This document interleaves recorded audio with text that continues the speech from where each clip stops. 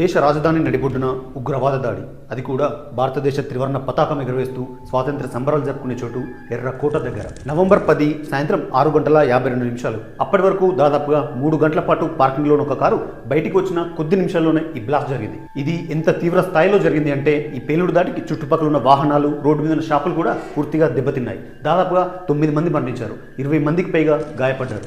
అయితే కారులో ఉన్న సిఎన్జి గ్యాస్ ఈ పేలుడుకు ప్రధాన కారణమని ప్రాథమిక దర్యాప్తులో తేలింది. కానీ అక్కడ దొరికిన కొన్ని ఎక్స్ప్లోజివ్ కెమికల్స్ వల్ల ఇది ఉగ్రవాద కుట్రగా అనుమానం పెరిగింది. కారణం ఏదైనా, చేసింది ఎవరైనా, దీనికి బలైంది, బాధపడుతుంది మాత్రం సామాన్య జనాలు, వారి కుటుంబాలు. ఇలాంటి దాడులు మన దేశంలో కొత్తేమీ కాదు. ఇలాంటి దాడులు జరిగిన ప్రతిసారి ఒక కామన్ ప్రోటోకాల్ ఉంటుంది. ప్రధానమంత్రి మాట్లాడడం, హోమ్ మినిస్టర్ మాట్లాడడం, చనిపోయిన కుటుంబాలకి కొంత ఎక్స్గ్రేషియా కింద అమౌంట్ సెటిల్ చేయడం, నాలాంటి వాళ్ళు సోషల్ మీడియాలో కొద్ది రోజులు హడావిడి చేయడం, తర్వాత అంతా మర్చిపోవడం. 2007 and 2013లో హైదరాబాద్లో 2 సార్లు బాంబ్ బ్లాస్ట్, 2008లో ముంబై తాజ్ హోటల్లో అటాక్, 2001లో ఏకంగా భారత పార్లమెంట్ మీదనే దాడి, రీసెంట్గా పెహల్గాం దాడి. వీటిలో ప్రతి ఉగ్రవాద దాడికి ప్రతీకారం తీర్చుకునే హక్కు మన దేశానికి ఉన్నా మన నాయకులు వీటిని కేవలం ఖండించి ఊరుకున్నారు.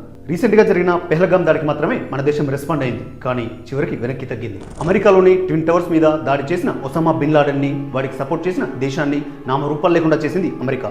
అలాంటి తెగింపు మన దేశానికి వచ్చిన రోజే ఈ సమస్యకి ఒక పరిష్కారం దొరుకుతుంది అనేది చాలా మంది ఒపీనియన్. ఇంతకీ మీరేమంటారు?